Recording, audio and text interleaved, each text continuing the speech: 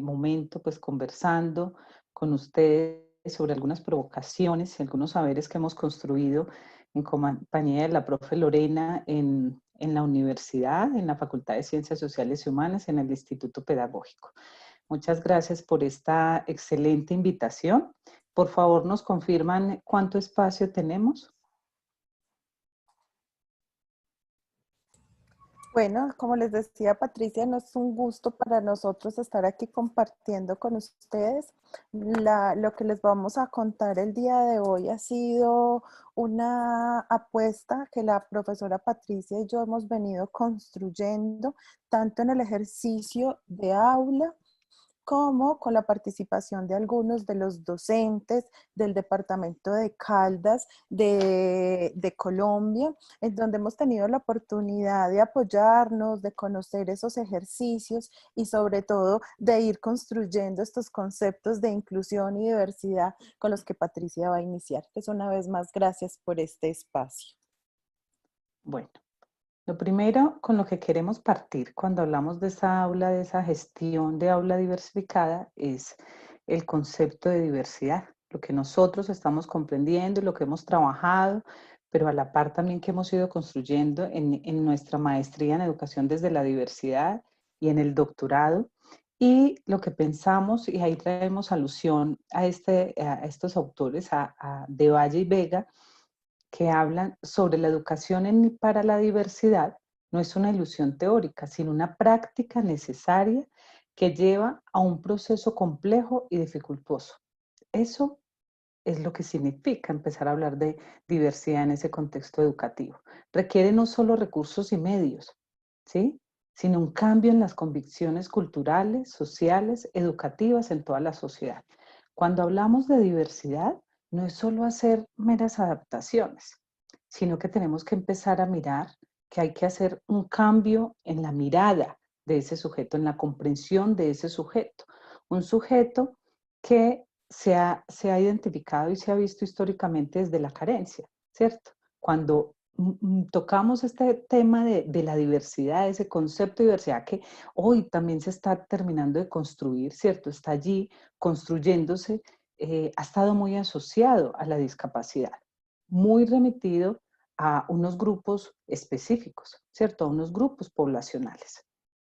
Y la idea es empezar a trascender esa mirada, una mirada donde comprendamos a ese sujeto desde la potencialidad, donde comprendamos que la diversidad entonces es la esencia, ¿sí?, de cada ser humano, esa diversidad vista como algo connatural en el ser humano, donde influyen unos factores intrínsecos y unos factores extrínsecos, que ya mi compañera ahora lo va a profundizar un poco más. Entonces, en esa primera mirada de la comprensión de la diversidad, es importante eso, esa diversidad como algo connatural en el ser humano, ¿cierto? Y que hay varios aspectos allí que son importantes para ello. Otro segundo elemento y concepto que tenemos que empezar a identificar, ¿cierto? Y aclarar, digamos que también en la misma lógica, porque históricamente se ha visto o se ha comprendido desde el déficit, ¿cierto? Desde las mismas necesidades educativas especiales y no hemos logrado comprender lo que significa verdaderamente la inclusión, ¿sí? Y aquí hay, digamos que algunos conceptos que nos plantea la UNESCO, que me imagino que ustedes muy bien conocen, y ellos inician diciendo en el 2005 que la inclusión está relacionada con el acceso, la participación y logro de todos los alumnos, pero, ¿sí?, con mayor riesgo aquellos de ser excluidos y marginados. En un segundo momento, en el 2006, plantean que la inclusión es un proceso de abordar y responder a la diversidad de necesidades de todos los estudiantes. Ya en el 2009 hablan de esa educación inclusiva como un proceso de fortalecimiento de la capacidad de ese sistema, ¿cierto? Cómo el sistema se transforma para responder a esas particularidades de los estudiantes. Y un último aporte allí es con relación a la inclusión como un proceso que ayuda a superar los obstáculos que limitan la presencia y la participación de todos los estudiantes. En estas concepciones que ustedes ven que son algunas, porque también hay algunas de unos autores que ya les voy a mostrar, en ningún momento solo se hace referencia a necesidades educativas especiales, a discapacidad, ¿cierto? Producto de una discapacidad. O en ningún momento solo se hace referencia a grupos poblacionales. Digamos que en Colombia estamos en ese tránsito, ¿cierto? Y uno analiza a través de las investigaciones y de los diferentes procesos que se han realizado en nuestros países hermanos, y lo que encontramos también es que están muy en la misma perspectiva, ¿cierto? Pensando que cuando hablamos de inclusión es versus niños con necesidades educativas especiales o con discapacidad o grupos poblacionales. Y es un concepto un poco cerrado de lo que significa la inclusión, ¿cierto? Porque si miramos acá, la inclusión es mucho más que eso. Y hay algunos autores que quisimos también evocar en este momento. Uno de ellos es Echeita, cuando dice que esa inclusión es la construcción, hace referencia a esa construcción de cultura como un valor y progreso de todo, ¿cierto? Ainscon plantea que tiene que ver con la participación, con la puesta de acción de valores inclusivos, ¿cierto? Y en esos valores inclusivos, pues se genera también una aulas en movimiento. Y aulas en movimiento significa, ¿sí? De esa participación in situ, ¿cierto? Que las instituciones hacen para estar identificando esas realidades y responder a esas realidades de ese contexto. Steinbach nos habla de acoger y de formar para vivir juntos, ¿cierto? En valores, como lo plantea Ainscon, ¿sí? Y brindar diferentes apoyos y mediaciones para mejorar esos aprendizajes. Y Melero plantea esa inclusión como ese reconocimiento, ese respeto, esa participación también allí, ¿cierto? Como donde vemos la escuela como un espacio de convivencia y de construcción colectiva. En cada uno de estos excelentes maestros, muchos de ellos, ¿cierto? Que han construido y que han, digamos que, vivido este trayecto de lo que ha sido la inclusión, lo que nos dicen es que esa inclusión es vista como un proceso de reconocimiento, de participación, de respeto, de valor, ¿cierto? Donde estamos potenciando los procesos de convivencia. Miren que la inclusión es mucho más que eso, y es un proceso que tenemos que empezar a cambiar, ¿sí? Desde esa mirada que históricamente hemos y nos ha colonizado y hemos permeado, porque eso es lo que permea en este momento las prácticas de aula y la perspectiva en los procesos educativos. Aún hablamos de los incluidos, ¿cierto? O hablamos de los diversos, pero cuando hablamos de los incluidos y los diversos, siempre nos estamos remitiendo a aquellos, ¿cierto? Que por muchos años históricamente han estado segregados y excluidos de los procesos educativos y que hoy pues obviamente están en nuestras instituciones, pero no son solo ellos. Cuando hablamos de procesos de inclusión, hacemos un llamado y es el reconocimiento y la participación de absolutamente todos nuestros niños, nuestras niñas, nuestros jóvenes en los procesos educativos. Y no solo la educación, porque esa inclusión no solo hace referencia al contexto educativo, es más por lo que nos convoca en este momento. Desde esta perspectiva de la comprensión de diversidad, ¿cierto? Y de la comprensión de la inclusión como ese proceso de participación y reconocimiento para todos, pues empezamos a pensarnos cómo promover aulas inclusivas, diversificando obviamente ese aula de clase. Y en esa diversificación hay un aspecto que es demasiado importante y juega un papel muy importante allí el maestro con la práctica pedagógica, ¿sí? En el histórico uno identifica y cuando uno conversa, dialoga con los profes y habla de las prácticas, pues las prácticas siempre son vistas como el hacer, ¿cierto? No, es todo lo que hacemos, es lo que yo hago en mi día a día con los niños, con los mismos profes, con los padres de familia, todo lo que hace el profe. Y sí, digamos que eso nos muestra la historia, ¿cierto? Y nos muestra también las diferentes concepciones y voces de los profes. Esa práctica vista como un hacer, como un ejercicio de instrumentalización, de entrenamiento, de contenidos, de didacticismo, como un simple hacer. Entonces, el maestro se remite a un simple hacedor de clases. Pero, ojo, uno tendría que empezar a pensar si eso verdaderamente somos nosotros, los diferentes profesionales que estamos en las aulas y en ese contexto, ¿no? Desde la mirada de Zambrano, que es un autor colombiano, un profe, la práctica pedagógica es mucho más, el concepto es mucho más amplio. Y desde mi perspectiva, yo digo que la práctica es una responsabilidad social y política que tiene el maestro, ¿cierto? Que debe ser planeada, intencionada, consciente y reflexiva, ¿sí? ¿A qué? A todo eso que el maestro realiza. Pero ese todo implica, según Zambrano, una disposición y un modo. Y la disposición tiene que ver con la mirada del maestro, con las comprensiones que el maestro tiene, ¿cierto?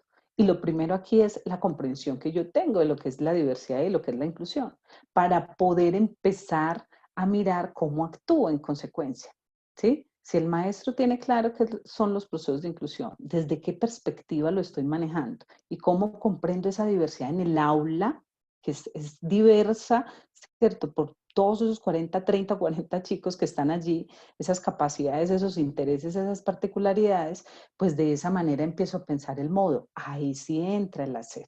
Pero antes hay una disposición y antes hay todo un ejercicio de planeación y de gestión. En ese modo tiene que ver entonces las acciones, ¿cierto? Un durante y una articulación ahí de un después. Juegan las relaciones, los lenguajes, la metodología y los procesos de evaluación. Pero en ese ejercicio de práctica, pues hay un proceso de reflexión constante entre esa disposición y ese modo. Y esa reflexión nos tiene que llevar a pensarnos una enseñanza que está mediada por las relaciones humanas, ¿sí? Una enseñanza mucho más humana, que trascienda un poco, ¿cierto? Estos procesos homogéneos e históricos y tradicionales que se han estado manejando. Entonces, el llamado es a pensarnos en una práctica pedagógica donde el profe reflexione e intencione constantemente sobre la acción y en la acción. ¿Qué significa eso? Eso es algo que nos lo dice Tardif. Esa práctica del maestro implica que el profesor esté reflexionando constantemente sobre lo que está haciendo y eso cómo está impactando, o positivo o negativamente, cómo está dejando huella en cada uno de sus estudiantes. Entonces, esa reflexión y esa intención tiene que partir de unos saberes, ¿cierto? De unas comprensiones del maestro, pero también de una diversidad de capacidades e intereses de nuestros estudiantes para poder promover unas prácticas inclusivas, ¿cierto?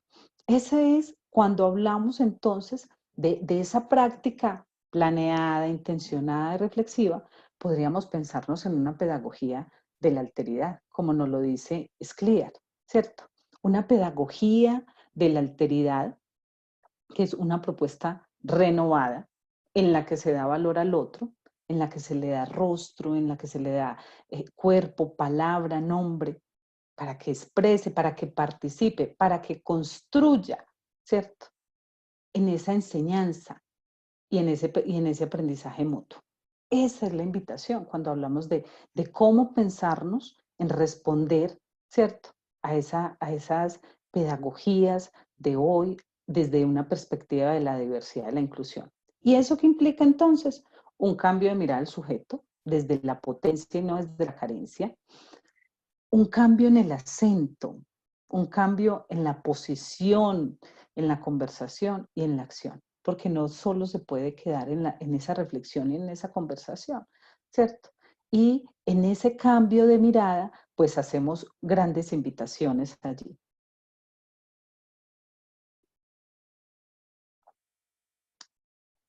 Lore, ¿me colaboran por favor para que mi compañera pueda, le activan el audio? Gracias.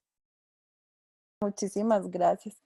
Entonces, como estaba diciendo Patricia, en este momento es donde entran grandes conexiones de campos científicos y esas grandes conexiones de estos campos van muy de la mano con todo lo relacionado con el aprendizaje y el reconocimiento de la diversidad. Nosotros aquí vamos a hacer uso un poco de esta apuesta que nos hace la neuroeducación y nos gusta mucho, sobre todo porque nos invita a que la neurociencia, la pedagogía y la psicología intervienen en todos estos procesos de aprendizaje y reconocimiento de ese otro, como lo decía la profesora Patricia, desde esa propuesta de valor. Entonces hablamos de una neurociencias en términos de ese reconocimiento de esas estructuras y funcionalidades del cerebro, sobre todo desde la parte del sistema nervioso central, invitándonos a reconocer la importancia de cómo presentar los estímulos, cómo empezar a activar nuestro cerebro, cómo generar nuevas conexiones que garanticen el día de mañana unas memorias o unas evocaciones que nos puedan servir en las diferentes apuestas en las que participamos. También encontramos cómo la pedagogía, lo bien lo decía Patricia, se interesa mucho por toda la parte del aprendizaje y la enseñanza, pero no es simplemente reconocer la teoría, sino que es poner en práctica, lo decía ya muy bien, hacer consciente, intencionado, esto que yo quiero llevar a los niños, niñas, jóvenes, adultos en estos procesos educativos. Y por supuesto, la psicología, que nos hace una invitación bien interesante en cuanto a la psicología, nos empieza a decir que si bien hay unas apuestas desde las neurociencias, desde la pedagogía, es muy importante empezar a reconocer componentes emocionales, componentes cognitivos y sobre todo conductuales en ese proceso de los niños. Cuando habla de emoción, lo venían diciendo dos personas de las que expusieron anteriormente, es uno de los principios y es una de las fortalezas que debemos nosotros de tener dentro de nuestra aula de clase. Sin motivación, sin emoción, va a ser muy complejo, primero, que haya procesos de aprendizaje, pero de todas maneras también ese reconocimiento de la diversidad. La siguiente, Pati. Acá entonces, como les venía hablando, luego de conocer esta conexión entre estos campos, tenemos que empezar a revisar que existen algunos factores que inciden en el aprendizaje. Y cuando hablamos de factores que inciden en el aprendizaje, desde ese mismo concepto que tenemos nosotros de inclusión, empezamos a ver cómo existen factores intrínsecos y factores extrínsecos. Cuando hablamos de factores intrínsecos, necesariamente tenemos que irnos a nuestro sistema biológico, como lo estaba mencionando ahora, ese aporte que hace las neurociencias, y es empezar a pensar en que nuestro cerebro es único, nuestro cerebro ya inmediatamente es diversificado, esas conexiones que gracias a esas experiencias se generan, pues nos van a permitir crear nuevos procesos y además de esos nuevos procesos nos va a permitir reconocer las realidades de maneras distintas. Acá nosotros también podíamos pensar que esos dispositivos básicos del aprendizaje, como el ascenso, percepción, la atención, la memoria, la misma motivación que transversaliza todos los procesos, otros procesos psicológicos ya de más alto nivel, por ejemplo, como el análisis, la síntesis, toda esta parte de funciones ejecutivas es bien importante en toda esta parte del sistema biológico y que gracias a todo este proceso, pues inicialmente los docentes en la medida que reconozcan esta apuesta, pues van a lograr empezar a generar aulas diversificadas, pero además de eso, a generar aprendizajes significativos. Por supuesto, dentro de estos aspectos intrínsecos también encontramos toda la parte que es lo relacionado con el sistema psíquico. Lo decía yo ahora, sería de pronto ese aporte desde la psicología, en donde cuando hablamos de cognición tenemos también que pensar un poco en cómo recibir esa información, cómo preparar ese material para que esa recepción haga ese dispositivo o permita que esa atención se fije, pero al mismo tiempo también cómo se está procesando esa información y cómo se está dando respuesta y por ende a esos comportamientos, cómo se están guiando. Aquí nos gustaría de pronto señalar un poco que para nosotros ha sido muy importante ese binomio entre cognición y emoción, ese reconocimiento de ese sistema biológico, pero al mismo tiempo esos aspectos y factores extrínsecos que que a continuación voy a contar, cómo entran a mediar, cómo esas experiencias, cómo esos aspectos que se empiezan a trabajar en el aula de clase son detonantes para toda esta apuesta. Entonces, cuando hablamos de aspectos extrínsecos, nos estamos hablando también de toda esta parte de los sistemas sociales. Por excelencia, la familia como primer proceso de socialización o primer espacio de socialización de los chicos, pero también reconocemos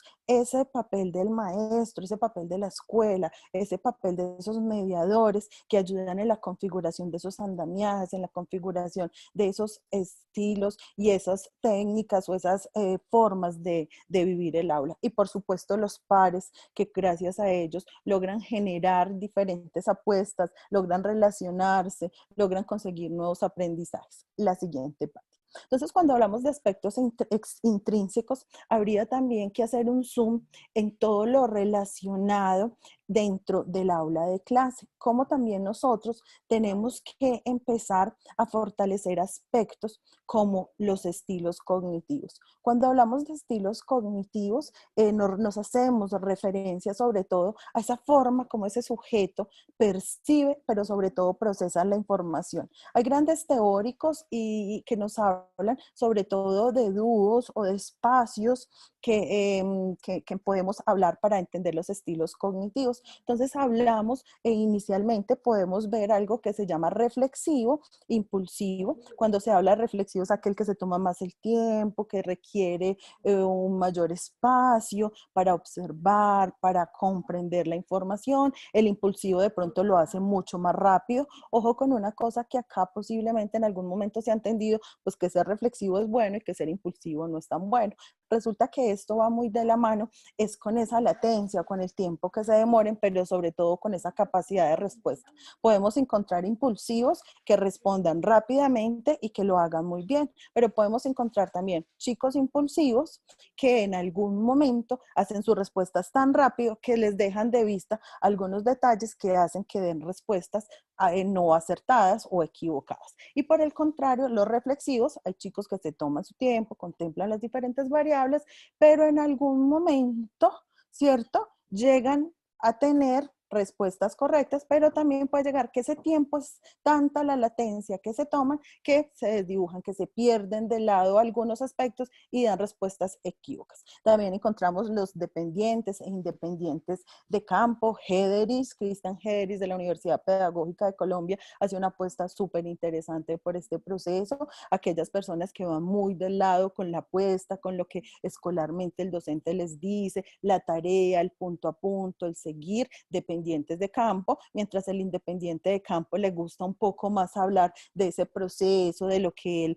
está haciendo, cómo está viviendo sus apuestas. Es de pronto no va tanto con lo social, sino que le gusta ir un poco más en otros procesos. Estilos de aprendizaje, muchas teorías alrededor de estilos de aprendizaje, encontramos múltiples teóricos, pero también nos quisiéramos quedar o quisiéramos mostrar la apuesta como la estrategia, ¿cierto? Que se utiliza para facilitar ese aprendizaje. Va muy de la mano del lado de la experiencia, la forma como piensa, la forma como actúa. Encontramos teorías como la de Cobbs, en donde nos habla de reflexivos, activos, pragmáticos, teóricos, y también llega acá en este momento toda la parte de intereses y motivaciones, un aspecto que si bien hace parte de todo este desarrollo de aula, casi que transversalizaría. Es muy importante entender eso que le gusta, eso que quiere ser, ese interés cognitivo, ese esfuerzo cognitivo que hace por aprender, por ir más allá, por buscar otras opciones.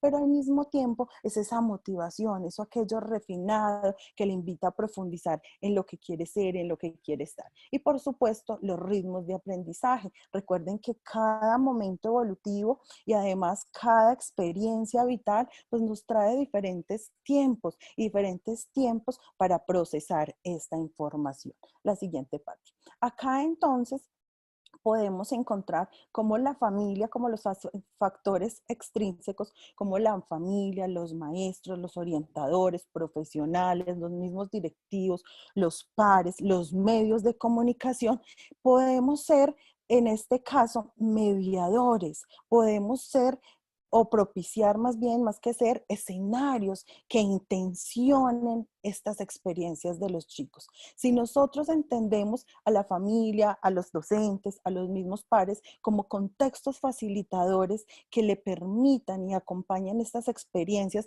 de los chicos, pues los aprendizajes en las aulas diversificadas van a ser mucho mejores. Para esto vamos entonces a llevar unas premisas.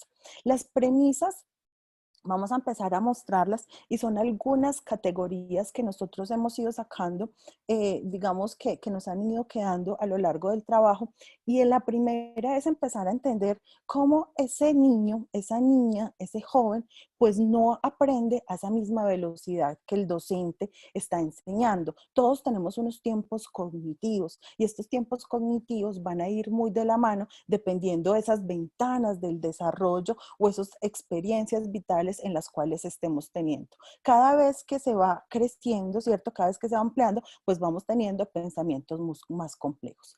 En ese momento también entra otra de las premisas y es como ese ser humano nace con unas competencias. Todos los cerebros vienen equiparados para pensar, para imaginar, para crear, pero es labor del maestro y sobre todo esos contextos facilitadores que hablábamos ahora, familia, escuela, sociedad, provocar esas competencias. Cómo nosotros provocamos que no se queden esos aprendizajes solo dentro del aula de clase, sino que los podamos llevar a otros contextos, que logremos llevarlos a otros momentos, que ellos logren aplicarlos en estos momentos.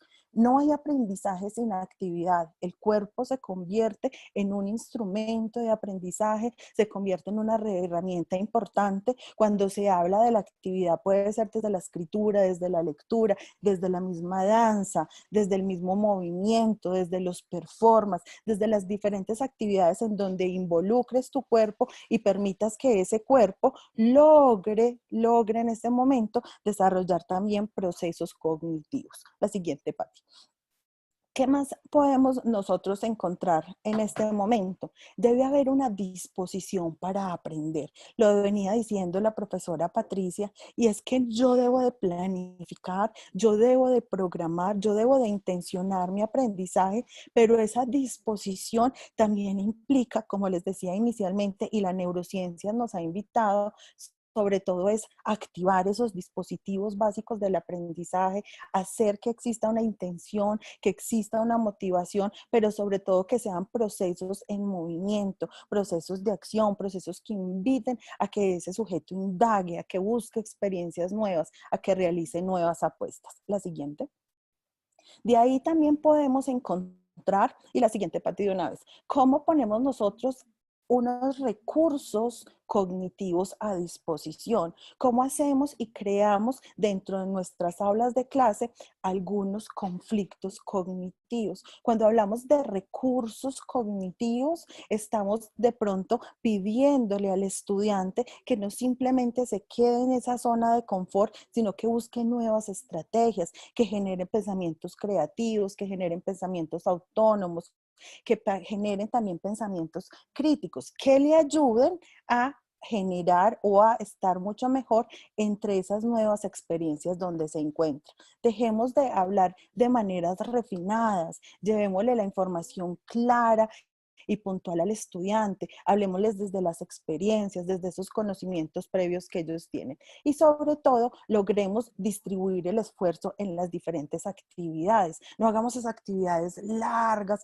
esas actividades que en algunos momentos eran muy agotadoras, sino que permitámosle a él que tenga su interés, que tengan unos momentos puntuales, pero que también logre otros momentos en donde ese conflicto cognitivo para él sea motivante. Creemos actividades que indaguen, entre actividades que motiven, actividades que los busquen a pensar. Y finalmente, y no menos importante, vamos a hablar de toda la parte de la motivación como valor. Muy importante generar aprendizajes significativos, aprendizajes que hagan huellas mnémicas, aprendizajes que queden en esa memoria, pero sobre todo aprendizajes que logren regular ese comportamiento, que logren regular esas experiencias que ellos van teniendo en las diferentes apuestas en las cuales se ven enfrentados. experiencias que en algún momento, lo diría Gardner en su momento, les van a ayudar a resolver conflictos o a crear nuevas situaciones. Entonces, esa motivación será ese eje puntual. Y ya, Pati, sigamos. Entonces, habríamos que tener en cuenta, muy de la mano con las imágenes que tenemos ahí, que todas estas premisas van muy de la mano con el tiempo, con la intensidad que vamos trabajando, pero al mismo tiempo tener en cuenta cómo esa intensidad habla de ese cuerpo, recuerden, habla también de esos momentos, de las actividades, habla también de esa participación de la familia. Recuerden que la duración debe ir muy de la mano con esas ventanas del desarrollo, con esos momentos evolutivos, con esos tiempos atencionales y sobre todo ver cómo existen oportunidades, cómo cada momento en el aula, cada participación de cada estudiante es una oportunidad para generar nuevos procesos cognitivos, para generar nuevos conocimientos, pero sobre todo para favorecer todo ese proceso metacognitivo o ese proceso de aprender a aprender, que es lo que nos interesa de nuestros estudiantes. Pati.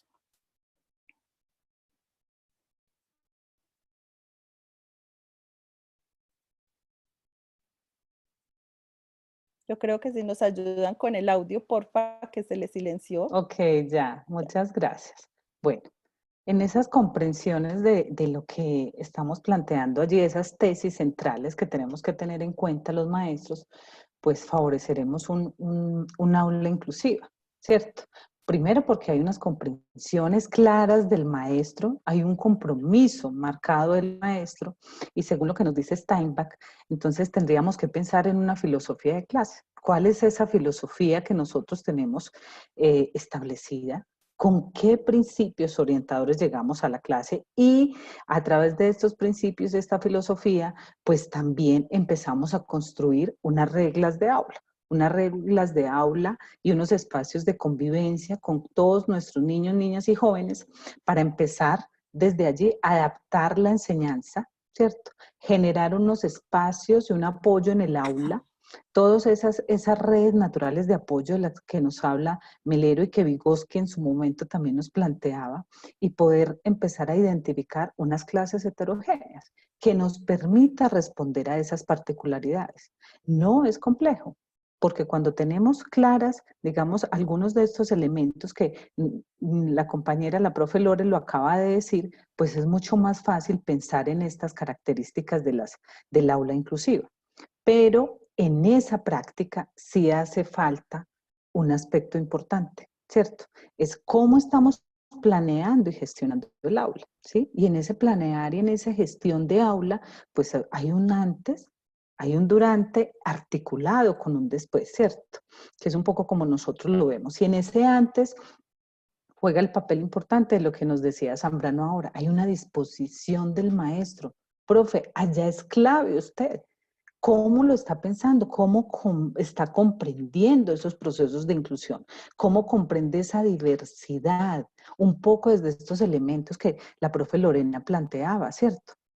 ¿Sí? Y desde esa disposición y esa comprensión, yo empiezo posteriormente a hacer un mapeo escolar, un análisis de esa realidad, de ese contexto. ¿Quiénes son esos niños y esos jóvenes con los que yo voy a estar? ¿Sí? Empiezo a identificar esos estilos y esas particularidades.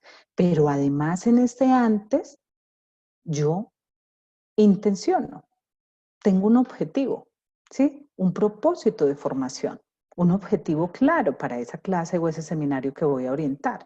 Y teniendo en cuenta estos elementos, pues empiezo a identificar una metodología, ¿cierto? ¿Qué voy a utilizar? ¿Cómo lo voy a hacer? ¿Qué estrategias alternativas voy a utilizar? Ahora, ya está ese antes, ya lo pensamos, ya lo diseñamos, ¿cierto? Empezamos a identificar un durante, que es ese momento donde yo llego al aula. Y en ese durante juega un papel importante el acto pedagógico. ¿Y qué es eso del acto pedagógico? El acto pedagógico, según Amaya, son todas esas relaciones de reconocimiento, de confianza, de poder que se dan en el aula, ¿cierto? Esas relaciones que se construyen con el profe y entre los mismos estudiantes. Y son las relaciones y ese clima que genera un clima de confianza positiva positivo, un clima donde lo importante allí es empezar a identificar esa diversidad de capacidades y comprender que el error forma parte del aprender, ¿sí? En ese durante partimos entonces ya en esta clase con unos conocimientos previos que sabe Juan, Pedro, Sofía, y sobre ese saber, ¿cierto? Y sobre esas experiencias empezamos a articular y a generar puentes allí para poder ayudarle a ese niño a transitar de distintas maneras, porque todos hacemos un tránsito distinto en esos procesos de aprendizaje. Juega un papel importante también la organización del espacio, ¿cierto? El cómo acomodamos el espacio, cómo se ubican nuestros niños en este espacio y eso cómo va permitiendo mayor o menor participación. ¿Cómo presento la información? Y hoy estamos hablando mucho en esa presentación de la información del DUA, del Diseño Universal de Aprendizaje. Y en ese diseño universal, pues nos dicen que hay 3 redes neuronales que se activan cuando vamos a aprender. Ahora, si yo tengo claro cuáles son esas redes y cuáles son esos principios, pues entonces empiezo a hacer conciencia en mi práctica y empiezo a identificar que hay un momento en esa planeación donde yo tengo que jugar precisamente con la activación de esas redes, ¿sí? Cómo participan nuestros chicos allí de esa manera y cómo se están motivando, cómo los estoy motivando constantemente. Y un último aspecto allí en ese durante son las diferentes alternativas que yo voy a utilizar, ¿cierto? ¿Para qué? Para generar esa participación. Trabajo cooperativo, ABP, aprendizaje basado en problemas, aprendizaje para la comprensión, bueno, muchas alternativas que uno tendrá en cuenta allí para poder generar como esos procesos de aprendizaje. Igualmente, la motivación y un proceso de evaluación. Constantemente tenemos que estar motivando, activando para que los niños, ¿cierto? Nuestros jóvenes se dispongan a aprender. Nosotros podemos generar como profes todos estos espacios, múltiples maneras, pero son ellos al final los que deciden si aprenden o no, si se disponen y se implican en esos procesos de aprendizaje o no, ¿sí? Y en esa última parte, que es ese después, que transversaliza, por eso allí la figura, pues hay una valoración, hay una reflexión constante de todo ese ejercicio que hemos estado realizando, que ha estado haciendo el maestro, y pues empieza con ese análisis de qué pasó con esos objetivos, de qué pasó con esa metodología, si se logró o no, ¿cierto? Y posteriormente, pues empezamos a identificar y a valorar los aprendizajes de los estudiantes, ¿cierto? Luego se realizará un trabajo en red, un trabajo con familia, un trabajo con todas aquellas otras entidades que puedan de una manera aportar también, ¿cierto? Complementar en estos procesos de formación de nuestros chicos. Ahí entonces necesitamos, profes, una práctica, gestionar una práctica que cuide, que acompañe, ¿cierto? Y que provoque. ¿Y eso quién lo hace? El profe. El profe. Nosotros los docentes, los maestros mediadores, un maestro que dispone de diferentes escenarios, un maestro que cuestiona, un maestro que se implica constantemente en estos procesos de formación, ¿sí? Entonces, al cuidar, lo que estamos diciendo como esos ejes importantes allí en ese cuidar es centrarse en un vínculo afectivo. Tiene que ver mucho con el acto pedagógico, ¿cierto? Entre los niños y los adultos y generar un nivel emocional, ¿cierto? Que garantice una mayor participación en esos procesos de aprendizaje. Hablamos de un acompañar, que significa leer de manera consciente ese contexto, o sea, hacer ese mapeo allí, ¿cierto? Para transformar ese ambiente que habita y que forma, ¿cierto? Parte de ese niño, ¿sí? Y de ese joven. Y provocar cuando disponemos ambientes y situaciones para jugar, para crear, para explorar, para preguntar constantemente, para hacer movilizaciones cognitivas. Allí entonces este maestro, teniendo en cuenta estos ejes, lo que hace es crear un clima de confianza, ¿sí? A través de la potenciación de las actividades rectoras, ¿cierto? De esas actividades rectoras a través del juego, del arte, de la literatura, ¿cierto? De la exploración del medio. De todo esto, a través, y teniendo en cuenta todos estos elementos, pues lograremos definitivamente diversificar el aula. para responder a esa diversidad. Cuando hablamos de esa diversificación, es un modo organizado y flexible de ajustar la enseñanza y el aprendizaje. Pero no es porque sí, ¿cierto? Es porque tenemos una intencionalidad clara, es porque tenemos unas comprensiones claras de lo que significa atender a la diversidad y responder a todas esas particularidades que tienen nuestros niños y nuestras niñas, ¿sí? Es hacer conciencia de esas variaciones existentes en una población.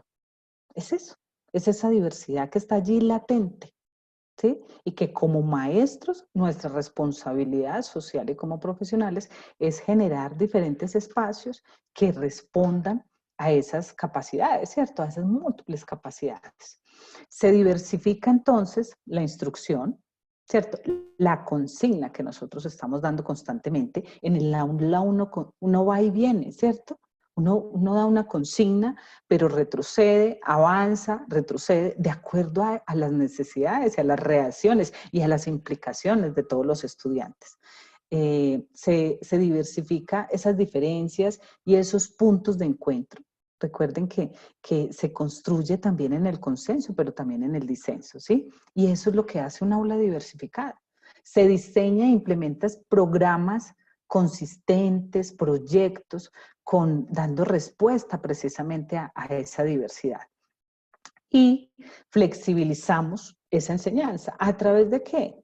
De variedad de objetivos, de variedad de contenidos, de tiempos, de procesos, de materiales y también la evaluación, ¿cierto? Que es algo que a nosotros nos ocupa constantemente, ¿sí? Entonces, en esta diversidad, ¿cierto? Al diversificar y hacer conciencia esa diversidad y hacer conciencia que la inclusión es una forma también para empezar a visibilizar esa diversidad de manera intencionada, pues hacemos una transformación en nuestras prácticas. Y esas prácticas lo que implican es empezar a minimizar esas barreras para el desarrollo del aprendizaje y la participación de todos los chicos.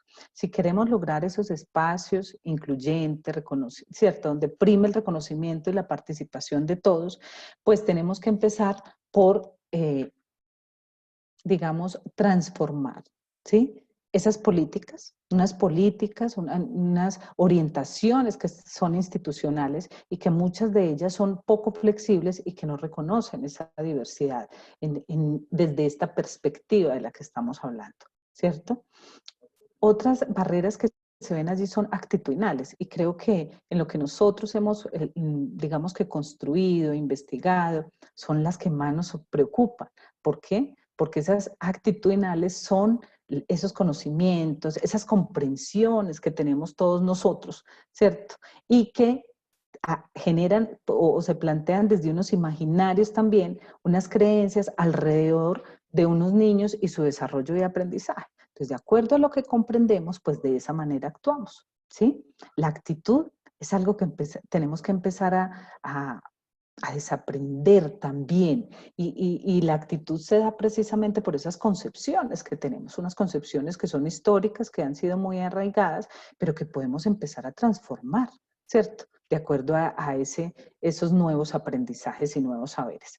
Hay unas barreras también pedagógicas, ¿cierto? Esas barreras pedagógicas que en las experiencias que son poco flexibles, que no responden a esos ritmos, ¿cierto? De desarrollo de esos estilos que son muy centrados en contenidos y que no nos permite identificar a nuestros niños y a nuestros niños como en un proceso de aprendizaje, ¿sí? Y otras barreras que son también en estos ambientes educativos, como todas las que encontramos allí, con espacios poco asequibles, que no favorece la movilidad, la autonomía, ¿cierto? Poca participación, donde hay material o poco material didáctico y digamos que algunos mínimos recursos. Estas entonces son algunas de las barreras que cuando nosotros hablamos de cómo diversificar el aula, pues necesitamos potenciar, ¿cierto? A ese sujeto en esa diversidad y hablamos entonces de la presencia, la participación y el progreso. Si logramos aulas inclusivas, vamos a generar y vamos a lograr mayor presencia, mayor reconocimiento. Y ahí terminamos diciendo, Scliar plantea que como profes constantemente somos o estamos muy preocupados por la presencia de Juan, Sofía, Raúl, Pedro en el aula, pero poco por las existencias de esas presencias. ¿Eso qué significa? ¿Eso qué significa, profes? Estamos demasiado preocupados porque estén allí, pero poco nos ocupa quiénes son, ¿sí?